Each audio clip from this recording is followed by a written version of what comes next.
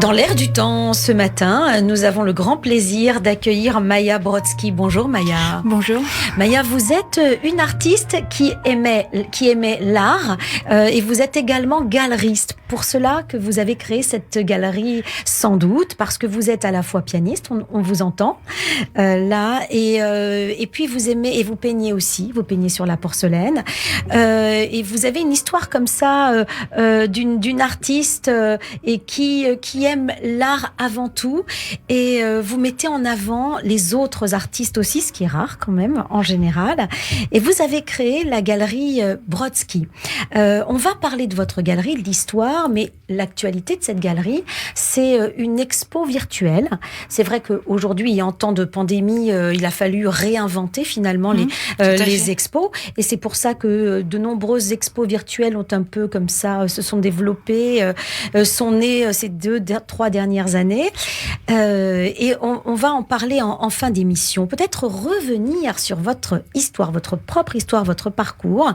Vous êtes une pianiste et en même temps une peintre. Est-ce que ça vous convient, cette présentation? Oui, on pourrait se demander si c'est compatible, mais le piano, c'est assez éphémère. C'est-à-dire que quand vous faites un concert, c'est vraiment une communication, une osmose avec le public, mais après, ça vous échappe. Et alors que la peinture, vous pouvez, votre tableau, le garder, le toucher, des années après, il est encore là. Donc finalement, ça se complète. Il y a un côté physique en peinture qui est différent, qui est plus éphémère en tout cas en musique. Oui. Et donc même si le disque existe. Hein. Oui. Et donc vous avez développé ces deux dons finalement, de la peinture et du piano. Oui.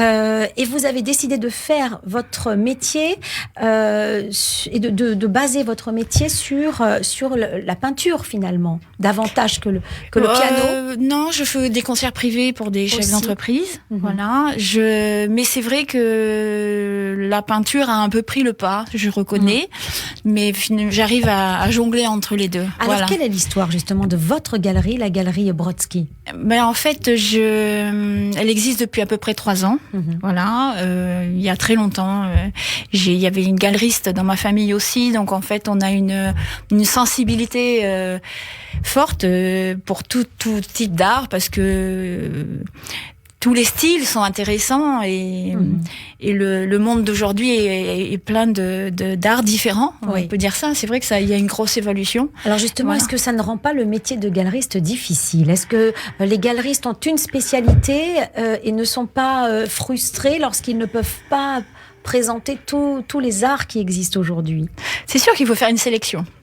Ça, c'est certain qu'il faut faire une sélection, il faut avoir une ligne de conduite, mais après, je pense l'art, c'est avant tout un coup de cœur émotionnel. Le galeriste, il est là pour faire le trait d'union entre le collectionneur, l'artiste et l'acte émotionnel qui va devenir concret par le biais de l'achat.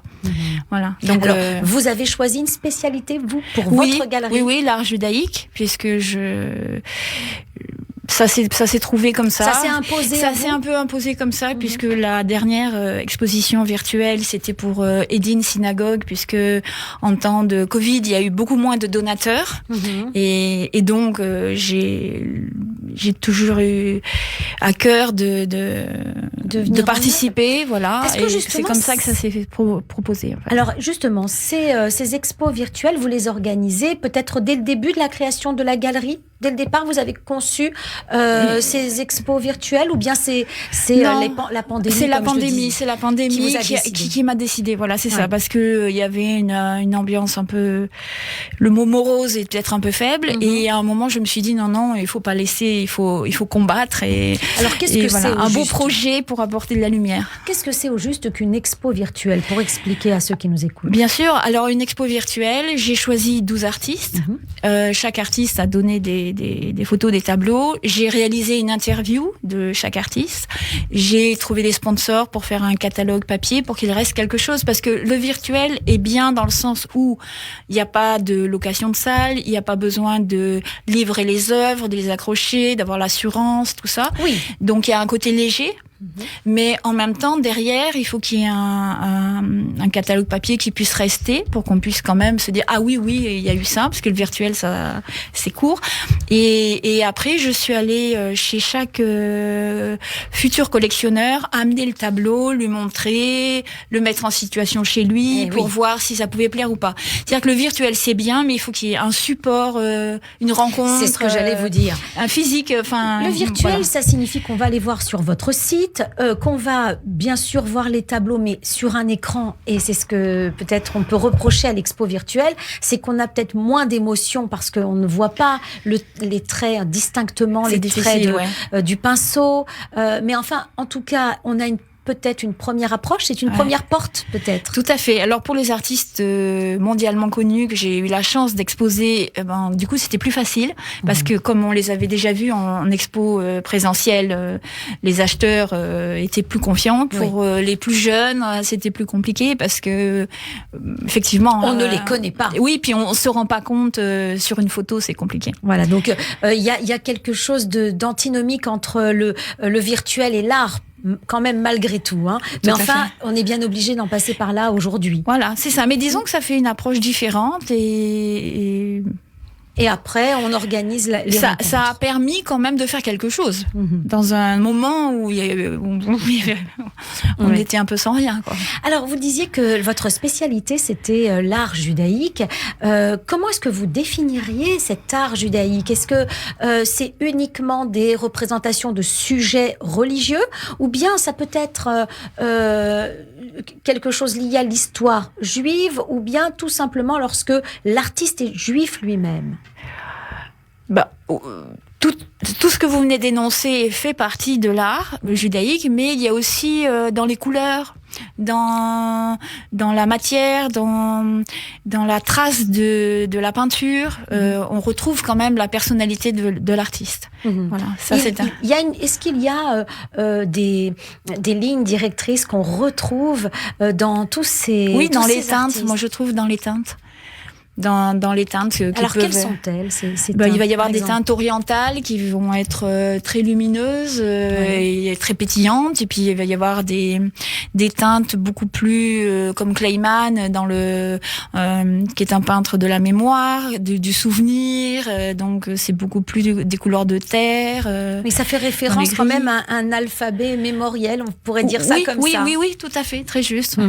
Alors donc vous présentez en ce moment même une expo virtuelle et vous avez fait appel à la fois à des artistes bien connus, vous venez d'en citer un, Alain Kleinman qui nous a fait le plaisir d'ailleurs de venir sur Radio J, Alain Kleinman qui est connu de façon internationale et d'autres qui sont tout jeunes. Vous mettez le pied à l'étrier finalement aux jeunes artistes. Oui, c'est-à-dire qu'en fait ce que j'aime dans la conception d'une exposition, c'est la synergie. Et je trouve que chaque artiste a un dialogue personnel. Voilà, donc par exemple là pour la deuxième exposition virtuelle, j'ai fait appel à un photographe israélien, Marc Israël Selem, et qui est un photographe de reportage, mais j'adore ses photos parce que je trouve qu'il y a une construction, il y a un esthétisme même dans dans un quotidien de guerre, et on trouve quelque chose de beau. Ça veut dire que dans votre expo virtuelle, on va à la fois mêler les tableaux, les photos, la sculpture. On a Adina Solomonovic qui est une sculptrice israélienne qui fait des sculptures en céramique. On a Myriam Sidbon qui fait des sculptures en bronze et en résine, qui en ce moment démarre une exposition au Sège. Voilà. Quand on conçoit une expo comme celle-là, vous dites il y a une synergie. Oui. Est-ce que ça signifie qu'on va trouver des œuvres qui se répondent peut-être les unes aux autres, même si elles sont d'artistes différents, mais que ces œuvres mises ensemble forment un tout, une sorte, un lien imaginaire ou un lien mental qui fait que ça fait une globalité. C'est ce que j'essaye de faire. Après, je sais pas si j'ai réussi, mais j'essaye effectivement de créer un lien. Alors, quel type de lien avec... Mais autour de l'art. C'est-à-dire que, par exemple, je trouve qu'entre la matière, la peinture, la photo, j'y ai inclus des écrivains, j'ai même inclus la personne qui a inventé le dôme de fer, parce que finalement, entre la réflexion de construction de plein de domaines différents, que ce soit la chimie, la physique, les mathématiques, l'art, je trouve qu'il y a des choses qui se retrouvent. Alors, est-ce que cette période que nous venons de vivre, justement, et qui vous a poussé à créer quand même une expo virtuelle, ça c'est quand même quelque chose qui est assez nouveau, hein, en général, les galeries d'autres galeries ont dû vous suivre également. Est-ce que vous pensez que cette période a eu un effet sur l'approche que nous avons de l'art?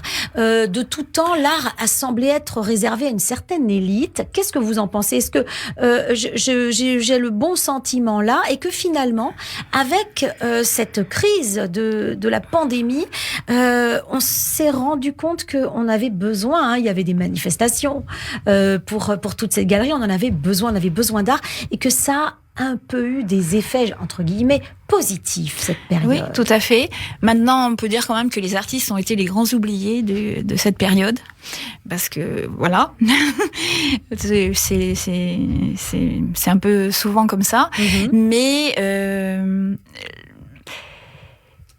est-ce qu'on n'a pas pris conscience finalement de l'importance de l'art pendant cette période? Je sais que le moment pandémie. où j'ai construit l'exposition, il y a eu un gros succès. On a fait quand même à peu près 15 000 € de vente, donc ce qui était pas mal pour un virtuel. Et je pense que dans les moments les plus difficiles, je pense que même un SDF, on a toujours besoin de luxe et de superficiel et des pâtes. On peut en manger tous les jours, mais de temps en temps, on a besoin de quelque chose de beau. La beauté est importante. La beauté est importante et c'est ce qui nous permet de tenir, quoi. Est-ce qu'au fond, l'objectif que vous avez ou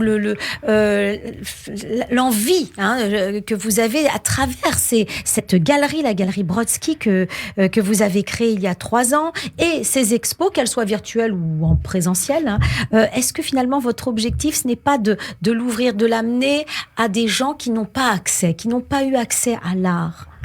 Oui, tout à fait, parce qu'en fait, je pense que un collectionneur, enfin beaucoup de gens aimeraient être artistes. Voilà, ils sont banquiers et tout ça, ils se disent mais oui, mais l'art c'est beau, j'aimerais, comme disait j'aurais rêvé d'être un artiste, il y a la fameuse chanson, voilà.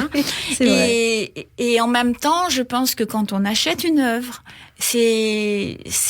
on la prend et on l'emmène chez soi, et donc chez soi on recrée un univers un peu artistique.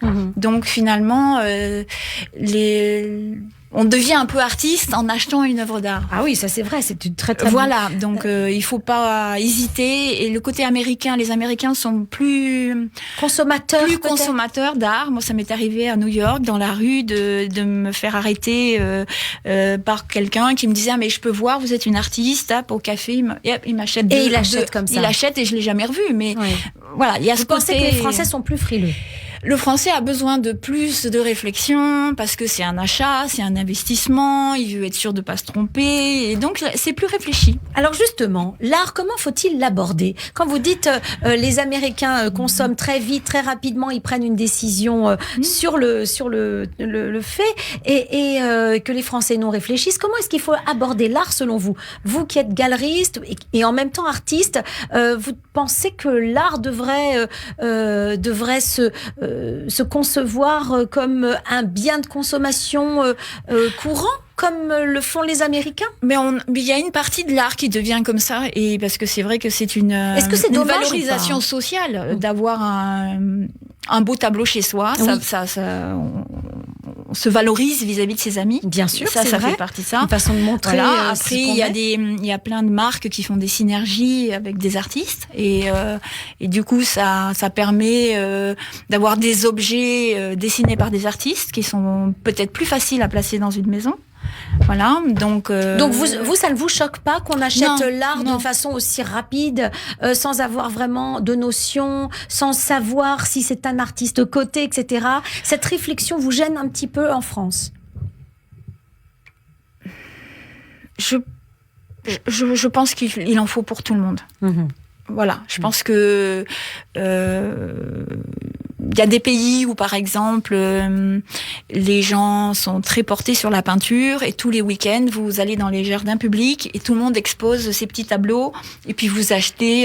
Est-ce que c'est de l'art quand c'est fait par des personnes Ah non, on va dire que c'est de l'art amateur. Oui. Voilà. Mais je pense que un coup de cœur est important aussi. Alors voilà, après, c'est sûr que quand vous achetez un Kleiman, un Cide-Bon, un Kessel, parce que David Kessel fait de très belles choses aussi, c'est autre chose. Il y a une autre dimension, parce que quand j'ai reçu un tableau de David Kessel, quand je l'ai vu en face, vraiment entre la photo sur son site et le tableau en face, il y a la peinture, elle respire, il y a la matière, c'est un plaisir. Maya, on va vous écouter à présent, puisque nous avons parlé de votre carrière de pianiste.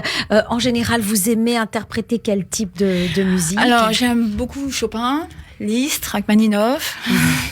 Voilà, donc... les grands classiques. Voilà, tout à fait. Les grands classiques, c'est ça. Mais on va vous écouter quelques instants. Merci.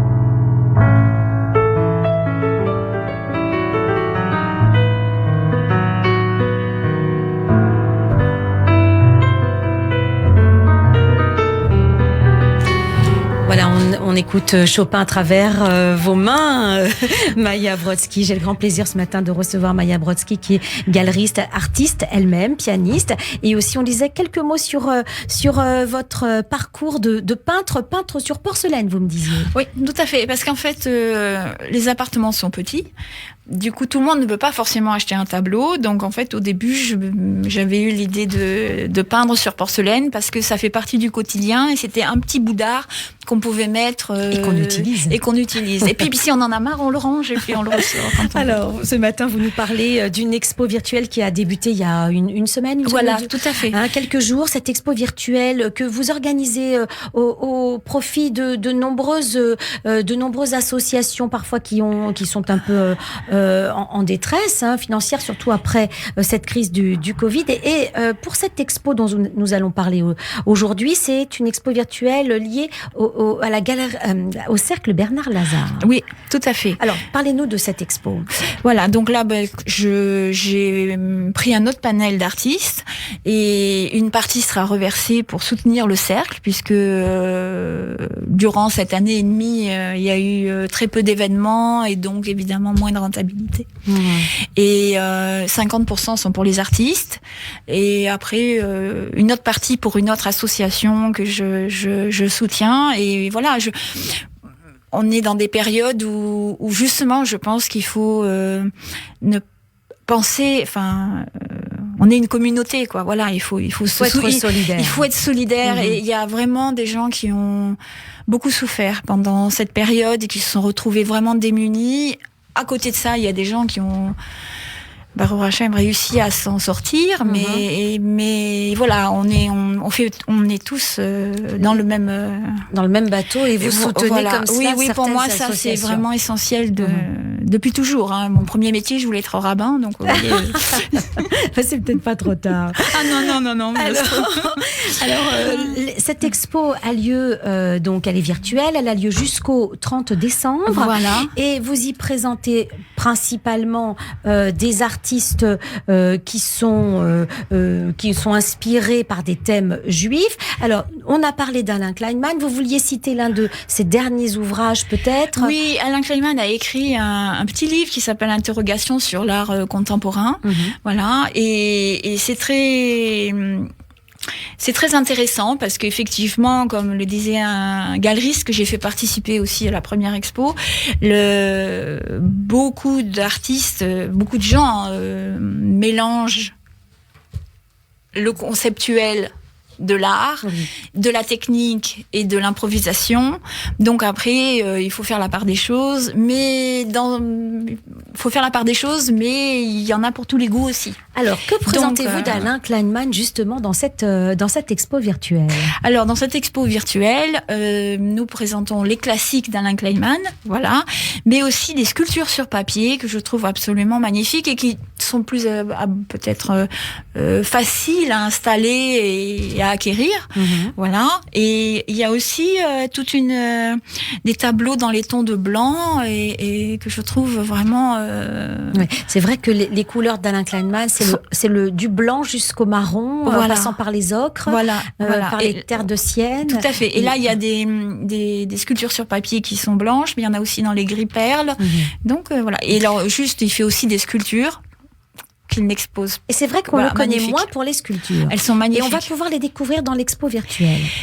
Non, parce que il a souhaité, on a choisi ça, mais pour une autre exposition, j'espère qu'on aura le plaisir de présenter ces sculptures. Vous parliez tout à l'heure d'une autre artiste, Myriam Sidbon. Alors, dites-nous quelques mots sur elle. Alors, Myriam Sidbon est israélienne. Elle est de Haïfa et en fait, elle fait des sculptures sur bronze. Elle fait des arbres de vie. Elle fait des mezuzot qui sont absolument sublimes. Et donc là, vous présentez des sculptures de Myriam Sidbon qui sont exceptionnelles. Voilà, c'est ça. Et donc en fait, il y a soit du bronze, soit de la résine, ce qui fait que c'est un peu plus. Et quels sont les thèmes de ces sculptures? Alors là, par contre, c'est assez judaïque. Hein. C'est complètement. Des rabbins, par exemple. Voilà, c'est ça. Il y a il y a une valise, il y a le thème du voyage, il y a des arbres de vie. En ce moment, il y a beaucoup ça. En bronze essentiellement. Voilà, tout à fait. Vous avez parlé également de Marc Israël Selem et de David Stern. Alors, rapidement. Qui sont des photographes. Voilà, donc il y en a un qui est numérique, et il y en a un qui est complètement argentique, noir et blanc, et qui est un spécialiste du portrait. Et là, on expose des photos de villes, New York, Londres, très contrastées. Voilà, donc c'est des très beaux tirages. Alors, ça va être donc expo virtuelle sur le site galeriebrodsky.com. Voilà. Et donc après, on peut me contacter, puis moi je peux me déplacer et on voit en situation dans l'appartement si ça convient ou pas. Alors c'est le service jusqu'au bout. Hein. Jusqu'au bout. Jusqu'au bout. Mais après, vous savez, c'est comme quand on fait un concert, quand vous jouez. Les gens applaudissent, mais finalement, quand on rencontre quelqu'un, c'est ça ce qui fait le plaisir de partager. Et le coup de foudre, peut-être aussi. Voilà, ouais, absolument. Merci infiniment, Maya Brodsky, d'avoir passé ce petit moment avec nous dans l'air du temps. Nous parlions de l'art à travers les yeux d'une artiste elle-même et d'une galeriste, la galerie Brodsky, et qui organise cette expo virtuelle. Donc, tout simplement sur le site internet, et nous avons le lien sur cette expo virtuelle, et on vous contacte si l'on est intéressé. Merci beaucoup. Merci. À très bientôt sur notre antenne. Au revoir.